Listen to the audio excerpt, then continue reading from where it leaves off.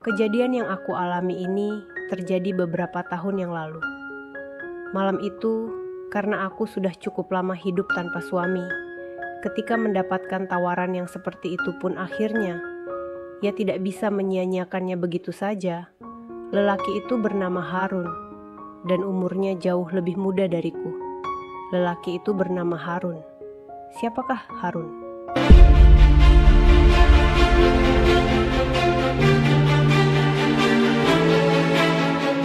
Namaku Harnum. Aku sudah 15 tahun menyandang status single parent. Kubesarkan ketiga anak-anakku dengan tenagaku. Aku harus pontang-panting mencari nafkah, agar anak-anakku bisa terus melanjutkan pendidikannya. Setelah 5 tahun, aku hidup sendiri tanpa seorang suami. Anak sulungku, Harun, mulai bisa membantuku di pasar. 2 adik perempuannya pun harus pula kerja keras di rumah. Aku bangga pada anak sulungku yang mau membantuku di pasar berjualan. Dia mau bekerja keras, membawakan barang-barang pelanggan. Seperti beras, selalu dia pikul, walau seberat 20 kg. Aku kira dia adalah seorang anak yang sangat berbakti kepada ibunya, yang sudah lama ditinggal pergi untuk selamanya oleh ayahnya. Ketika ayahnya meninggal dunia, dia masih kecil, dan adiknya yang paling kecil baru belajar berjalan. Karena mereka masih kecil, aku dan ketiga anak-anakku selalu tidur sekamar. Terkadang aku membutuhkan Harun untuk mengambilkan air panas, untuk menyeduh SGM untuk adiknya yang paling kecil. Harun selalu saja kurang tidur. Jika sedang turun hujan, aku selalu tidur dekat-dekat pada Harun, sekedar untuk melepas rinduku karena teringat pada bapaknya yang meriip sekali dengan wajahnya. Aku menolak setiap tawaran laki-laki yang mau menikahiku. Terlebih jika laki-laki itu tidak jelas pekerjaannya, apalagi yang gelagatnya hanya mau menumpang hidup dalam kehidupanku yang aku anggap sudah susah. Sementara mereka menganggap aku seperti orang yang mampu, karena aku memiliki 2 buah kios peninggalan suamiku, yang terus aku urus dengan penuh semangat. Harun memang suka kolokan. Kalau malam dia suka bertingkah minta minum padaku, layaknya dia masih kecil dulu. Bila aku larang, dia selalu merajuk. Bahkan dia tidak malu bertingkah seperti itu di depan adik-adiknya. 5 tahun berlalu, dia terus seperti itu padaku, walau sebenarnya airnya sudah tidak ada. Sampai sudah kelas 3 SMP pun, dia tidak bisa tidur kalau tidak minum dulu seperti itu. Apakah sebenarnya yang terjadi padaku? Setiap kali Harun bertingkah seperti itu, terus terang saja keinginanku jadi meningkat. Apalagi sudah cukup lama aku tidak mendapatkannya semenjak suamiku tiada. Karena kan usiaku juga masih produktif. Terkadang, jika aku merasa butuh, aku malah sering menawarkannya pada Harun, yang selanjutnya dengan memejamkan mata, aku mulai membayangkan yang asyik-asyik. Aku membayangkan seakan-akan aku masih punya suami. Sampai akhirnya aku tertidur pulas, setelah aku berhasil meraih puncak kesenanganku dari apa yang aku lakukan. Terkadang Harun justru tertidur duluan. Tetapi biasanya, kalau aku belum sampai di puncak, aku akan terus meminta dia untuk jangan dulu tidur, sampai aku benar-benar sampai di puncak yang aku cari. Jika dia tidak mau, aku pun menakut-nakutinya. Kalau besok-besok aku tidak akan mengizinkannya seperti itu lagi. Sampai Harun kelas 1 SMA, kebiasaan itu masih terus berlanjut. Semakin lama, caranya pun semakin membuatku benar-benar panik. Dia selalu memintanya saat kami nonton TV, ketika adik-adiknya sudah tidur. Atau kalau dia tiba-tiba kangen, dia akan meninggalkan kamar tidurnya dan datang ke kamarku, dan langsung saja meminta yang seperti itu. Setelah merasa cukup, dia pun akan kembali ke kamar tidurnya. Malam itu, tepat jam 8, kami sedang nonton TV berdua, sampai pukul 1 pagi, karena saat itu ada film yang menarik. Sambil menonton, aku memberikan kode itu pada Harun, karena saat itu, aku jadi mau akibat melihat apa yang ada di dalam film yang kami tonton. Tetapi malam itu keadaan menjadi berubah drastis. Mungkin itu adalah akibat dari kesalahanku sendiri yang membiarkan Harun menepis tanganku pada saat aku berusaha membuat diriku senang. Selanjutnya, Harunlah yang menggantikan pekerjaanku itu, sehingga aku pun menjadi semakin senang. Dalam tempo yang singkat saja, angan-anganku sudah berada di awang-awang rasanya. Karena Harun di malam itu benar-benar pandai dalam menciptakan suasana menjadi begitu romantis. Aku pun sudah tidak duduk di sofa lagi, melainkan aku sudah duduk di lantai yang beralaskan karpet.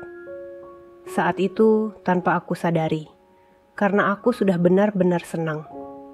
Aku juga tak ingat lagi bagaimana awal kejadiannya. Tahu-tahu, Harun sudah menyempurnakannya. Anehnya aku bukannya protes ataupun melarangnya, tetapi malahan sebaliknya. Aku menyambutnya dengan suka hati. Harun yang baru mengalaminya pun berkreasi dengan penuh semangat. Sementara itu, aku yang sudah lama tidak mengalaminya pun juga terus membantunya dengan tidak kalah semangat. Malam itu, seingatku aku sampai 3 kali mendapatkannya. Dan pada saat yang keempat kalinya, aku bersamaan dengan Harun.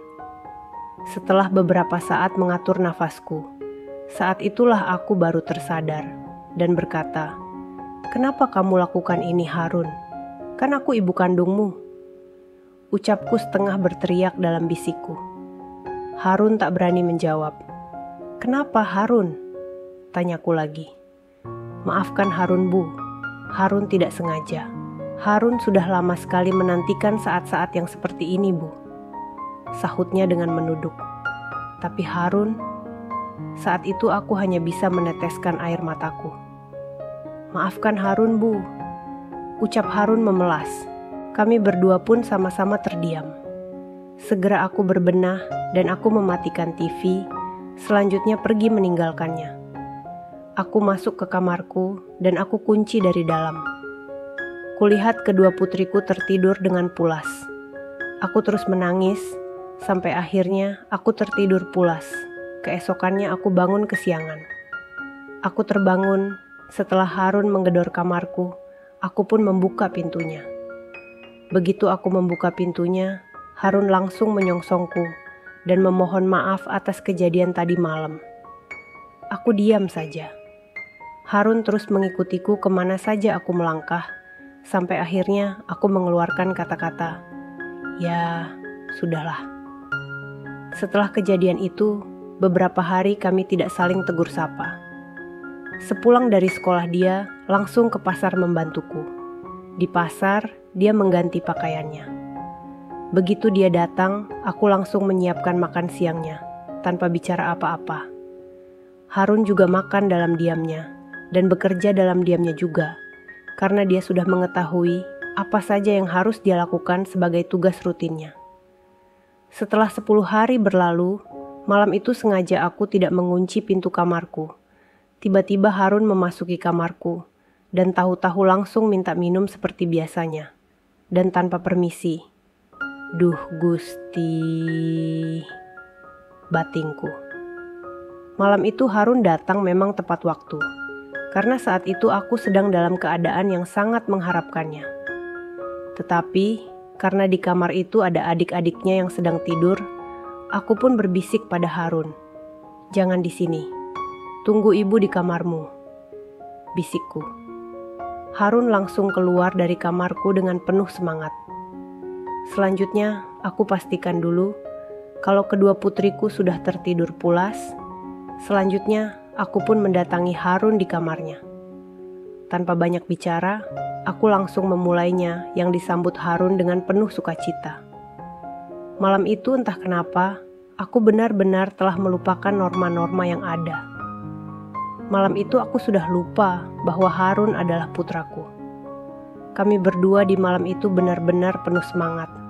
Lebih seru kalau dibandingkan ketika di ruang TV 10 hari sebelumnya.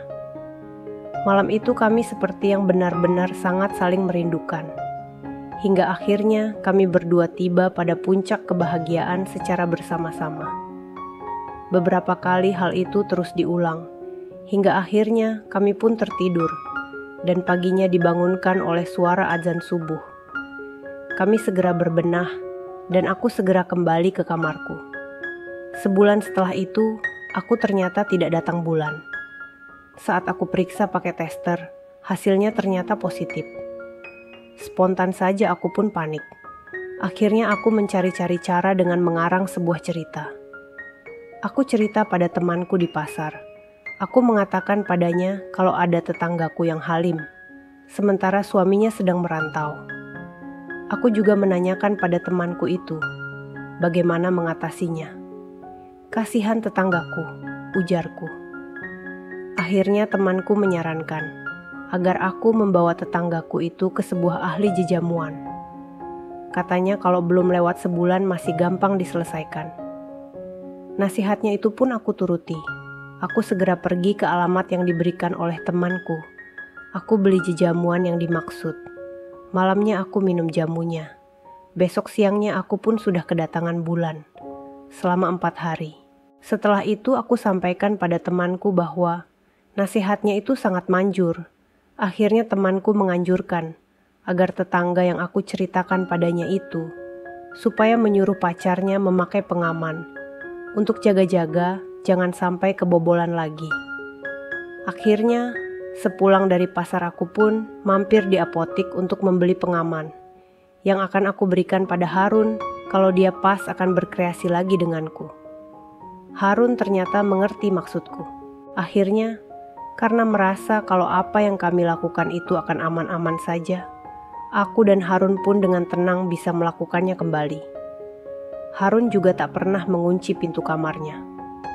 Sebenarnya dalam usiaku yang sudah 39 tahun, aku sadar diri kalau sudah mulai menua.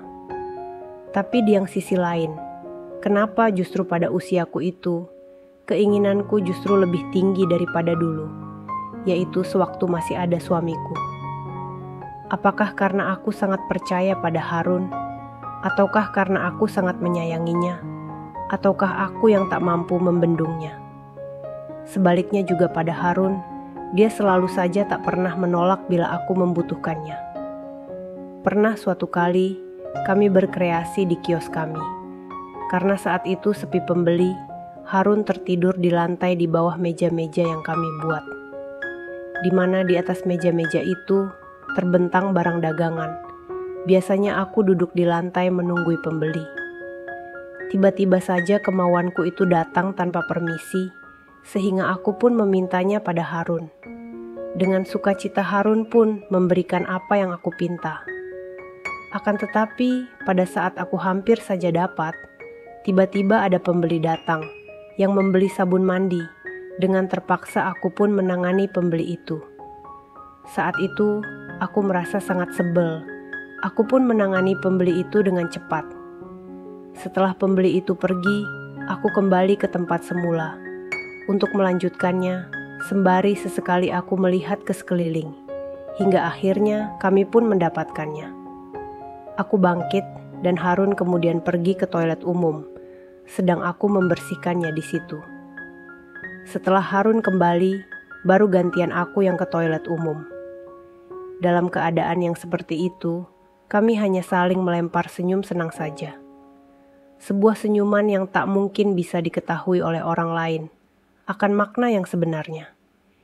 Itulah pengalaman yang tak akan pernah bisa aku lupakan, dan bahkan tak akan pernah bisa aku hentikan. Sekian, terima kasih. Jangan lupa subscribe, like, komen, share.